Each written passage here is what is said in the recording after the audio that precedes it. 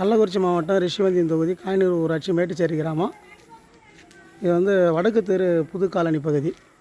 நான் கிட்டத்தட்ட ஒரு 5 நாட்களுக்கு முன்னாடி ஊராட்சி மணி என்கிற புகாருக்கு வந்து நான் புகார் தெரிவித்திருந்தேன். இல்லை தெரு மின் விளக்கு எரியல.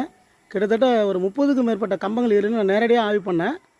எரியல. நான் ஒட்டுமொத்தமாக ஊராட்சி ஒட்டுமொத்தமாக தான் நான் சொல்கிறேன். மேட்டுச்சேரி மட்டும் சொல்ல, மேட்டுச்சேரி, முனியப்ப நகர், பள்ள காலனி, காங்கினூர் 4 கிராமங்களுக்கு சேர்ந்து தான் சர்வே பண்ணி சொன்னேன். அது புகார் போட்டேன். ஆனால் நடவடிக்கை எடுக்காமல் இருந்தாங்க.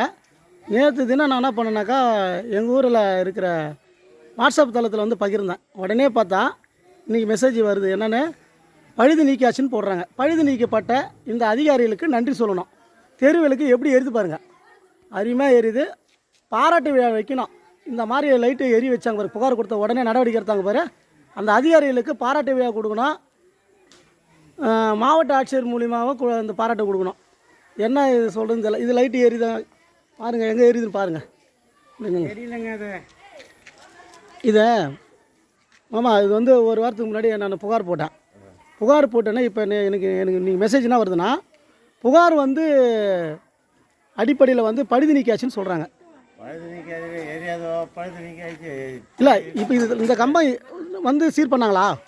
எங்கே வந்து சீர் பண்ணாங்க? நான் பார்க்கவே இல்லையே, வரவே இல்லையா. கம்பம் எரியுதா? லைட் எரியுதா? இது இருட்டு, இந்த இருண்டு பகுதி. ஒரு மாதம் மேலே ஆகுது. 2 மாதம் ஆகும். எவ்வளோமா? 2 மாதம் ஆகும். 2 மாதம் மேலே ஆகுதான். சரி, நேற்று வந்து பழுது நீக்கிறதா சொல்லி இன்றைக்கி மெசேஜ் போட்டிருக்காங்க. இந்த பல்பு மாற்றினாங்களா? சீர் பண்ணலாம். ஆனால் சீர் பண்ணி தான் எரியும் இல்லையா? எரியல.